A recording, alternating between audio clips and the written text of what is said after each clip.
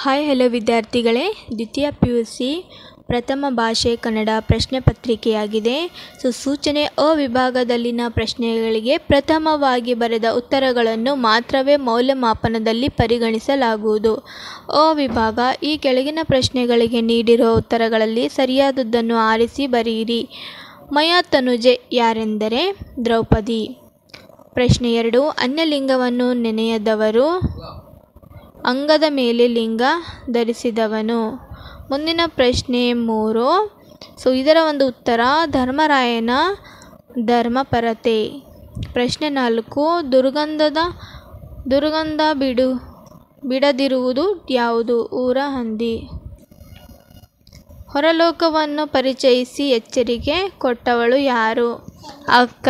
ಮುಂದಿನ ಪ್ರಶ್ನೆ 6, kidney stone ಬಗ್ಗೆ ತಿಳಿಯಲು ಲೇಖಕಿ ನೇಮಿಚಂದ್ರ ಭೇಟಿ ಮಾಡಿದ್ದು ಕಮಲಾ ಮೇಡಮ್ ಮತ್ತು ಮುದ್ದಿಗೌಡ. ಮುಂದಿನ ಪ್ರಶ್ನೆ 7, ಇದರ ಉತ್ತರ ಕುದುಪನ ಕುಟುಂಬದ ಬಗ್ಗೆ ಒಳಗೆ ಇದ್ದ ಕಾಳಜಿ. ಮುಂದಿನ ಪ್ರಶ್ನೆ 8, ನಿರೂಪಕರ ಗೆಳೆಯ ಪ್ರಕಾಶ ಸೈಕಾಲಜಿಸ್ಟ್. ಈ ರೀತಿಯಾಗಿ ಪ್ರಶ್ನೆ 10, ನಾಗರಾಜ ಕೋವಿ ಹಿಡಿದು ಕುಳಿತಿದ್ದು ಎಲ್ಲಿ? ಶಿಕಾರಿಗುಂಡಿ. ಮುಂದಿನ ಪ್ರಶ್ನೆ, ಬಿಟ್ಟ ಸ್ಥಳಗಳಿಗೆ ಆವರಣದಲ್ಲಿ ಕೊಟ್ಟಿರುವ ಉತ್ತರಗಳಲ್ಲಿ ಸೂಕ್ತವಾದುದನ್ನು ಆರಿಸಿ ಬರೆಯಿರಿ. ವಾರ್ಫೇರ್ಗೆ ದುರಂತದ ಮೂಲ ಬೀಜಗಳು ಡ್ಯಾಶ್ ರೂಪದಲ್ಲಿ ಬಂದವು. ಉತ್ತರ ಚಹಾ ಗಿಡ. ಪ್ರಶ್ನೆ 12, ಸ್ಥಳೀಯ ಭಾಷೆ ಕಲಿಯದ ಅನ್ಯ ಭಾಷಿಕರು ಡ್ಯಾಶ್ ಉಳಿಯಬೇಕಾಗುತ್ತದೆ.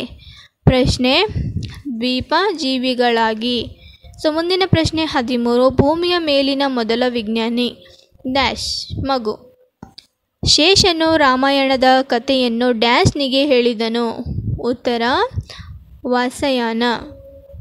ಮುಂದಿನ ಪ್ರಶ್ನೆ 15, ವೀರೇಂದ್ರ ಸಿಂಪಿಯವರು ಹೇಳುವ ಹಳ್ಳಿಯ ಚಹಾ ಹೋಟೆಲಿನ ಹೆಸರು. ಮುಂದಿನ ಉತ್ತರ 15 ಚಂದ್ರಭವನ. ಹೊಂದಿಸಿ ಬರೆಯಿರಿ. ಪುರಂದರದಾಸ ಕೀರ್ತನೆ. ಬೆಳಗು ಜಾವ GS ಶಿವರುದ್ರಪ್ಪ. ಶಿಲುಬೆ ಏರಿದ್ದಾನೆ KS ನಿಸಾರ್ ಅಹಮದ್. ಚಿಟ್ಟೆ ಮತ್ತು ಜೀವಯಾನ. ಉತ್ತರ ಹತ್ತಿ ಚಿತ್ತ ಮತ್ತು. ಸುಕನ್ಯಾ ಮಾರುತಿ ಮುಕ್ತಕಂಠ. ಆ ವಿಭಾಗ ಯಾವುದಾದರೂ 3 ಪ್ರಶ್ನೆಗಳಿಗೆ 2-3 ವಾಕ್ಯಗಳಲ್ಲಿ ಉತ್ತರಿಸಿ. 6 ಅಂಕದ ಪ್ರಶ್ನೆಗಳಾಗಿ ವಿದ್ಯಾರ್ಥಿಗಳೇ. ರಾವಣನು ಅಂತಿಮವಾಗಿ ಯಾವ ನಿರ್ಧಾರಕ್ಕೆ ಬರುತ್ತಾನೆ? ಪ್ರಶ್ನೆ 18, ಗಂಡರೈವರು 3 ಲೋಕದ ಗಂಡರಾರು ಹೆಸರಿಸಿ. ಬಾನು ಮತ್ತು ಮರದ ನಿತ್ಯ ನೂತನತೆಯ ಬಗ್ಗೆ ಕವಿ ಏನು ಹೇಳಿದ್ದಾರೆ? ಮುಂದಿನ ಪ್ರಶ್ನೆ 20, ಶಿಲುಬೆಗೇರಿಸಿದವರ ಗುಣಗಳು ಇಂದು ಯಾವ ವೇಷ ತಾಳಿವೆ?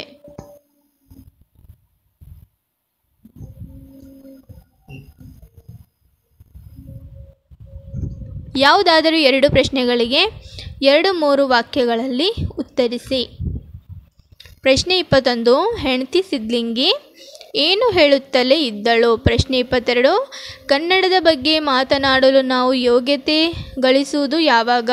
ಮುಂದಿನ ಪ್ರಶ್ನೆ, ಕಲಾಂ ಮೇಷ್ಟ್ರು ಹೇಳಿದ ಯಶಸ್ಸಿನ ಪಂಚಾಕ್ಷರಿ ಮಂತ್ರ ಯಾವುದು? ಮುಂದಿನ ಪ್ರಶ್ನೆ 24, ರೋಗಿಗಳ ಹಾಗೂ ಪಥ್ಯ ಮಾಡುವವರ ಜಿದ್ದು ಎಂಥದ್ದು? ಈ ಭಾಗದ ಪ್ರಶ್ನೆ ಯಾವುದಾದರೂ 3 ಪ್ರಶ್ನೆಗಳಿಗೆ 2-3 ವಾಕ್ಯಗಳಲ್ಲಿ ಉತ್ತರಿಸಿ. ಇದು 6 ಅಂಕದ ಪ್ರಶ್ನೆಗಳಾಗಿ ವಿದ್ಯಾರ್ಥಿಗಳೇ. ಸೊರಗಿದ್ದ ಆನೆಯನ್ನು ಕೃಷ್ಣಗೌಡ ಹೇಗೆ ಸಾಕಿದ? ಮುಂದಿನ ಪ್ರಶ್ನೆ 26, ದುರ್ಗಪ್ಪ ಏಕೆ ಬಂದಿರಬಹುದೆಂದು ನಿರೂಪಕರ ಯೋಚಿಸಿದರು? ಮುಂದಿನ ಪ್ರಶ್ನೆ 27, ನಾಯನ್ನು ಕೊಲ್ಲದೆ ನೌಕರರು ಸುಳ್ಳು ಹೇಳಿರುವರೆಂದು ನಿರೂಪಕರ ಯಾವ ಸಲಹೆ ನೀಡಿದರು? ಮುಂದಿನ ಪ್ರಶ್ನೆ 28, ಅರಣ್ಯ ಇಲಾಖೆಯವರು ನಾಗರಾಜ್ನನ್ನು ಕುರಿತು ಏನೆಂದು ಜಾಹೀರಾತು ನೀಡಿದರು? ಈ ವಿಭಾಗದ ಪ್ರಶ್ನೆಗಳು ಯಾವುದಾದರೂ 2 ವಾಕ್ಯಗಳ ಸಂದರ್ಭ ಸೂಚಿಸಿ ಸ್ವರಸ ಬರೆಯಿರಿ. ನೀ ತಂಪು ನನ್ನ ತವರಿಗಿ. ಮುಂದಿನ ಪ್ರಶ್ನೆ 30, 100 ಜಾಹೀರಾತುಗಳು ತಲೆಗೆ ತುರುಕಿದ್ದು ಮಾತೆ ಮರೆತು ಹೋಗಿದೆ ಕಣೆ. ಆ ಭಾಗದ ಪ್ರಶ್ನೆಗಳು ಯಾವುದಾದರೂ 1 ವಾಕ್ಯದ ಸಂದರ್ಭ ಸೂಚಿಸಿ ಸ್ವರಸ ಬರೆಯಿರಿ. 3 ಅಂಕದ ಪ್ರಶ್ನೆಗಳಾಗಿವೆ. ಪ್ರತಿಯೊಂದಕ್ಕೂ 1 ಅಂಕಗಳಾಗಿವೆ. ಹಾಡುವುದು ಅವುಗಳಿಗೆ ಅನಿವಾರ್ಯ, ಅವುಗಳ ಕರ್ಮ.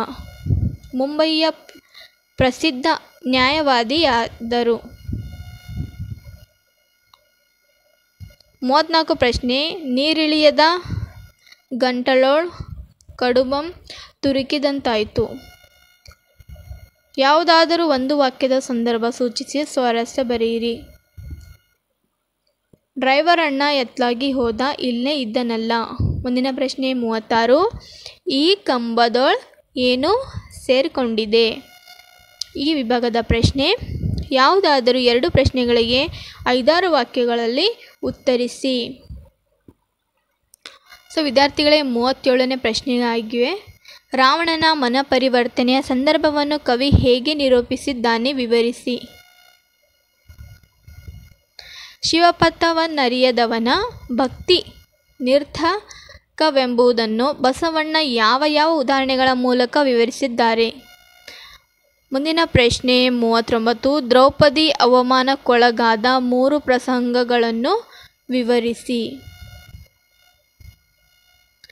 ಯಾವುದಾದರೂ ಒಂದು ಪ್ರಶ್ನೆಗೆ 5-6 ವಾಕ್ಯಗಳಲ್ಲಿ ಉತ್ತರಿಸಿ.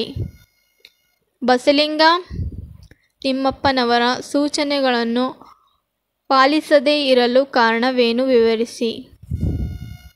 ಮುಂದಿನ ಪ್ರಶ್ನೆ 42. ಚಿನ್ನಮ್ಮ ಬೆಳ್ಳಿ ಲೋಟವನ್ನು ಮತ್ತೆ ಹೊಳೆಗೆ ಎಸೆಯಲು ಕಾರಣವೇನು? ಯಾವುದಾದರೂ ಒಂದು ಪ್ರಶ್ನೆಗೆ 5-6 ವಾಕ್ಯಗಳಲ್ಲಿ ಉತ್ತರಿಸಿ.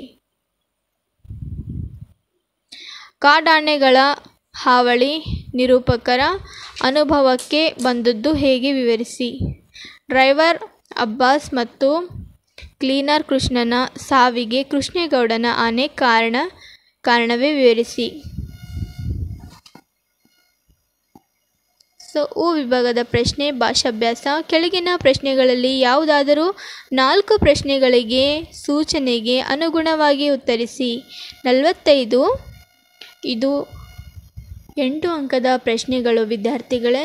ಇಲ್ಲಿ ಪ್ರತಿಯೊಂದಕ್ಕೂ 4 ಅಂಕಗಳ ಪ್ರಶ್ನೆಗಳಾಗಿವೆ. 2 ಪದಗಳ ನಾನಾರ್ಥಗಳನ್ನು ಬರೆಯಿರಿ. ಬಟ್ಟೆ, ಕವಿ, ಅರಿ. 2 ಪದಗಳ ಗುಣವಾಚಕಗಳನ್ನು ಬರೆಯಿರಿ. 2 ಪದಗಳ ತದ್ಭವ ರೂಪ ಬರೆಯಿರಿ. 2 ಕ್ರಿಯಾಪದಗಳ ಧಾತು ಗುರುತಿಸಿ. 2 ನುಡಿಗಟ್ಟುಗಳನ್ನು ನಿಮ್ಮ ಸ್ವಂತ ವಾಕ್ಯಗಳಲ್ಲಿ ಬಳಸಿ ಬರೆಯಿರಿ. ಯಾವುದಾದರೂ 2 ಅನ್ಯದೇಶಿ ಪದಗಳನ್ನು ಬರೆಯಿರಿ. ಯಾವುದಾದರೂ ಒಂದು ವಿಷಯವನ್ನು ಕುರಿತು ಪ್ರಬಂಧವನ್ನು ಬರೆಯಿರಿ. ವಿದ್ಯಾರ್ಥಿಗಳು ಇದು 4 ಅಂಕದ ಪ್ರಶ್ನೆಯಾಗಿದೆ. ವಿದ್ಯಾರ್ಥಿ ಜೀವನದಲ್ಲಿ ಗ್ರಂಥಾಲಯದ ಮಹತ್ವ, ಈ ಒಂದು ಪ್ರಬಂಧವನ್ನು ಬರೆತಕ್ಕಂಥದ್ದು. ಇವುಗಳಲ್ಲಿ ಯಾವುದಾದರೂ ಒಂದನ್ನು ಕುರಿತು ಪತ್ರ ಬರೆಯಿರಿ. ಇಲ್ಲಿ 2 ಪತ್ರಗಳನ್ನು ಕೂಡ ಇಲ್ಲಿ ಕೊಟ್ಟಿದ್ದಾರೆ ವಿದ್ಯಾರ್ಥಿಗಳೇ. ಈ 2ರಲ್ಲಿ ಒಂದು ಪತ್ರವನ್ನು ಆಯ್ಕೆ ಮಾಡಿಕೊಂಡು ಬರೀತಕ್ಕಂಥದ್ದು. ಐ ಹೋಪ್ ದ್ವಿತೀಯ PUC ವಿದ್ಯಾರ್ಥಿಗಳಿಗೆ ಈ ಒಂದು ಪ್ರಶ್ನೆ ಪತ್ರಿಕೆ ತುಂಬ ಹೆಲ್ಪ್ಫುಲ್ ಆಗಿರ್ಬೋದು. ಕನ್ನಡ ಮೀಡಿಯಂ ಚಾನಲ್ಗೆ ಸಬ್ಸ್ಕ್ರೈಬ್ ಆಗಿ, ವಿಡಿಯೋನ ಲೈಕ್ ಮಾಡೋದನ್ನು ಮರೆಯಬೇಡಿ. ಧನ್ಯವಾದಗಳು.